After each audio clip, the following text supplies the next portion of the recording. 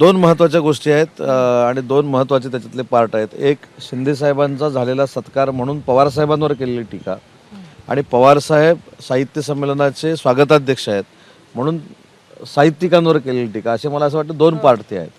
त्याच्यामध्ये एक महत्त्वाची गोष्ट आहे की सरहद नावाची जी संस्था आहे त्यांनी काल हा सत्काराचं नियोजन केलं होतं आणि त्या संस्थेला असं वाटलं की तो सत्कार माननीय एकनाथ शिंदेसाहेबांचा करावा, त्या सत्काराला ते पात्र आहेत.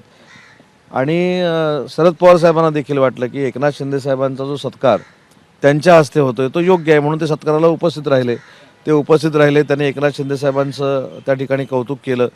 खरा मूळ पोटसूळ काय आहे तर शरद पवार साहेब त्या व्यासपीठावर आले. शरद पवार साहेबांनी महाविकास आघाडीमध्ये असताना त्याचे नेते असताना एकनाथ शिंदेसाहेबांचा सत्कार केला आणि नुसता एकनाथ शिंदेसाहेबांचा सत्कार केला नाही तर एकनाथ शिंदेसाहेबांचं कौतुक केलं.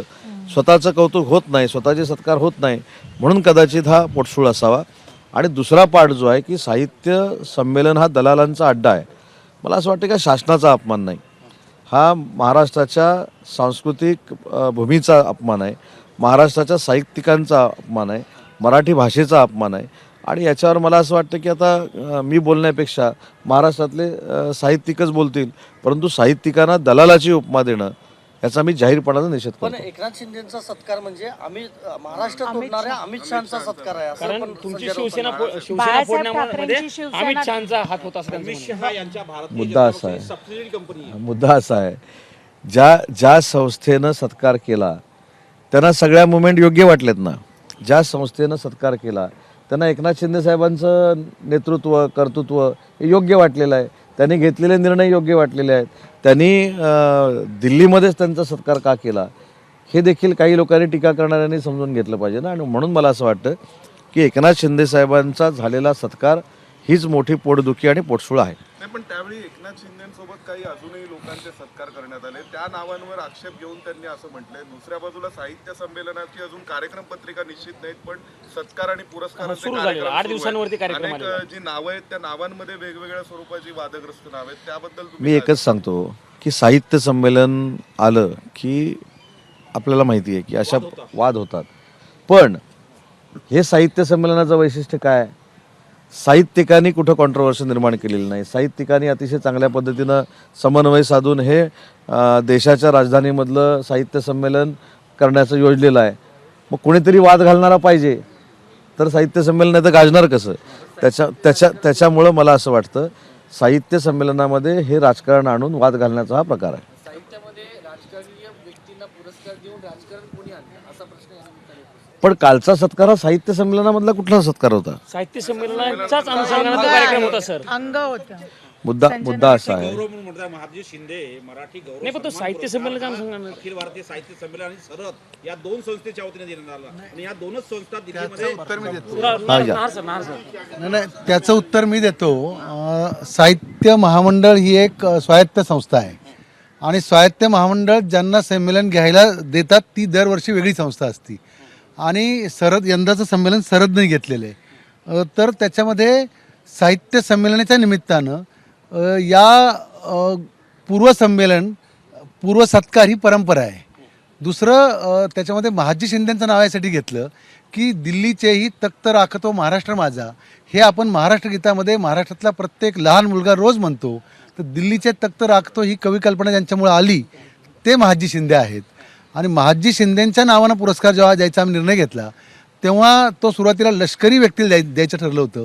पण नंतर जेव्हा त्याचा अभ्यास झाला, सदानंद मोरे सरांसारखे लोक होते की स्वतः महाजी शिंदे कवी होते, अभंग लिहायचे, ओव्या लिहायचे, महाराष्ट्राबद्दलची एक प्रतिमा ज्यांनी दिल्लीत येऊन तयार केली, देशभर तयार केली, तर त्यांच्या नावाचा पुरस्कार एकनाथ शिंदेंना देण्यामागे काही कारणं होती.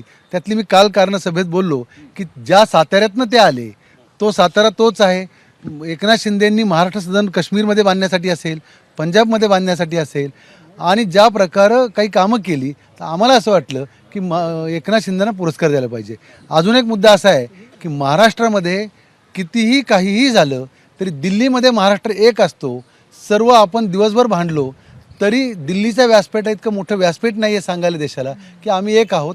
म्हणून काल एकनाथ शिंदे साहेबांना दलालांचा अड्डा असं त्यांचं म्हणणं आहे संजय राऊत. बघा असं आहे की त्यांनाही निमंत्रण दिलंय. नाही, दलालांचा काय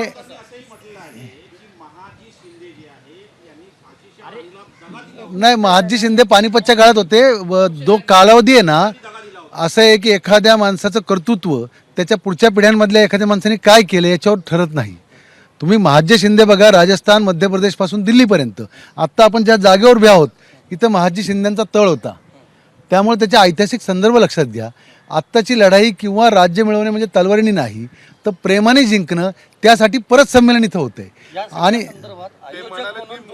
संजय राऊतांना काय भेटणार आहात का किंवा कारण त्यांनी खूप गंभीर टीका तुमच्यावरती केली. दलालांचा अड्डा हा तुम्हाला वापरला. तुमची प्रतिक्रिया दलालांच्या मी अड्ड्यावर. मी मी तुम्हाला त्याच्यावर उत्तर असं देतो की मराठी साहित्य संमेलनाचा इतिहास जर आपण नीट वाचला तर याच्यापेक्षा गंभीर टीका यापूर्वी संयोजकांवर झालेली आहे. गोविंद तळवळकरांनी याला भिक्षुकाचे संमेलन म्हटलेलं आहे. दुर्गाबाईंनी तर यशवंतराव चव्हाण मुख्यमंत्री असताना त्यांना येऊ दिलेलं नाही आहे. तर वादविवाद हे महाराष्ट्राच्या निकोप वाढीसाठी चांगले आहेत. हीच त्या 1878 साली महादेव गोविंद रानडे यांची कल्पना होती. म्हणून आजही महाराष्ट्रात सगळ्यात गाजलेली वादविवाद स्पर्धा ही महादेव गोविंद रानडे यांच्या नावानेच आहे. त्यामुळे वादविवाद याच्यामुळं याच्यात काही नुकसान होत नाही. अशा प्रकारची टीका करण्याची परंपरा आहे. त्यामुळे संमेलन खऱ्या अर्थानं महाराष्ट्राचं हे सिद्ध होतं. संजय राऊतांना काय भेटणार आहात का? संजय राऊत नरेंद्र मोदींना पण मी पत्र लिहिणार आहे, या विषयामध्ये तुमची काय भूमिका असेल? त्यांना अधिकार आहे ना. संजय राऊत आमचे खूप चांगले मित्र आहेत आणि नुसते मित्र नाहीत. तुम्ही त्यांच्या एका पुस्तकाची प्रस्तावना लिहिली आहे, तुम्ही ती अजूनही उपलब्ध आहे. त्याच्यामध्ये भारतीय असंतोषाचे मराठी प्रतीक असं मी म्हटले. मी म्हटले बंडखोरी ही दिल्लीला आणि महाराष्ट्राला नेहमी बंडखोरी महाराष्ट्राला आवडती.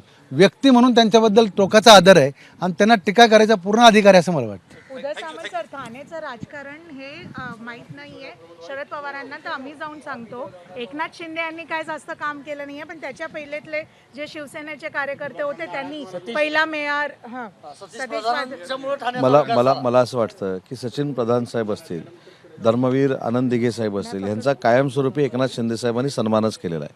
आणि दुसरी महत्त्वाची गोष्ट आहे की उद्या मी देशाच्या कुठच्या तरी मोठ्या नेत्याला कसं वागावं हे जर सांगायला लागलो तर लोक माझी किंमत करतील की त्या नेत्याची किंमत करतील. आणि म्हणून शरद पवार साहेब गेली 56 वर्ष महाराष्ट्राच्या आणि देशाच्या राजकारणामध्ये आहेत. त्यांना चांगलं काय वाईट काय हे सगळं माहिती आहे. ते महाराष्ट्राचे 4 वेळा मुख्यमंत्री राहिलेले आहेत, देशाचे संरक्षण मंत्री राहिलेले आहेत, देशाचे अन्नमंत्री राहिलेले आहेत. त्याच्यामुळं अशा माणसानं विचाराअंतीच एकनाथ शिंदे साहेबांचा स्वतःच्या हस्ते सत्कार केलेला आहे आणि ते त्यांनी जाहीरपणानं सांगितलेलं आहे. त्याच्यामुळे मला मगाशीच एक लाईन आपल्याला सांगायची आहे. ह्याच्यामध्ये कुणी कोणाचा सत्कार केला किंवा कुणी कुठच्या संस्थेनं केलं ह्याच्यापेक्षा जो एकनाथ शिंदे साहेबांचा सत्कार झाला आहे ते मूळ आहे आणि तो पोटसूळ आहे. एबीपी माझा, उघडा डोळे बघा नीट.